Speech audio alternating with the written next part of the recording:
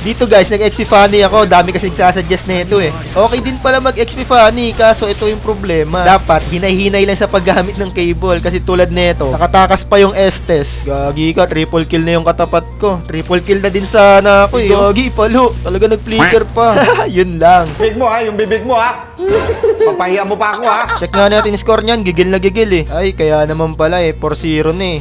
Kaya dito, sinubukan ko yung lakas ng Sora. Tignan nga natin kung malakas to. Ay, gagi ka. Kumunot, tapos ang daming stun. Gagi ka. Dat pala, tumakas na ako kanina pa. Minaliit ko yung golem form nito ah. Pero okay lang yan, trabaho lang tayo dito. Ito yung maganda kapag XP Funny. Hindi kasi pansinin si Funny kapag XP. Hindi katulad kapag core ka, ang dami mong obligasyon eh. Ayaw nyo pa rin pumunta dito. Butasin ko to hanggang 3rd tower. Ay, kaya pala eh, naglo-lord eh.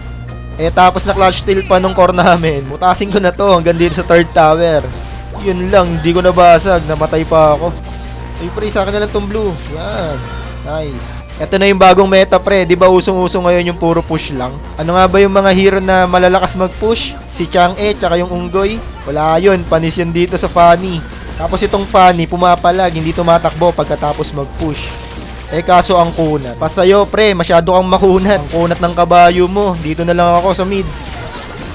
Sakto yun ah. Ang galing talaga na itong Tigreal namin eh. Parang pinalo up. W talaga sa mga ganitong tank no. Dito guys, magpapakitang gilas ulit yan. Tignan nyo naman kung paano humuli yan.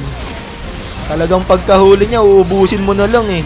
Ang galing talaga ng mga ganitong tank, no? Ako lang ba yung nabibilib kapag ka nakakahuli ng maramihan yung tank? Gagi ang angas kasi, no? Pag nakakita mo yung ganun. Dito nga, panoorin nyo, makakaset na naman yung Tigreal namin. Dahil sa set na to, nanalo kami. O, diba? Apaka-basic lang talaga mag-ML kapag ganito yung mga tank. Sabi kasi ng karamihan, kapag magaling daw yung core, mas madali yung laban. Di nila alam kapag mas magaling yung roam. Yun, ang mas madali yung laban. Ang daling manalo kapag magaling yung roam. Kaya kayo, huwag kayo laging aasa sa core.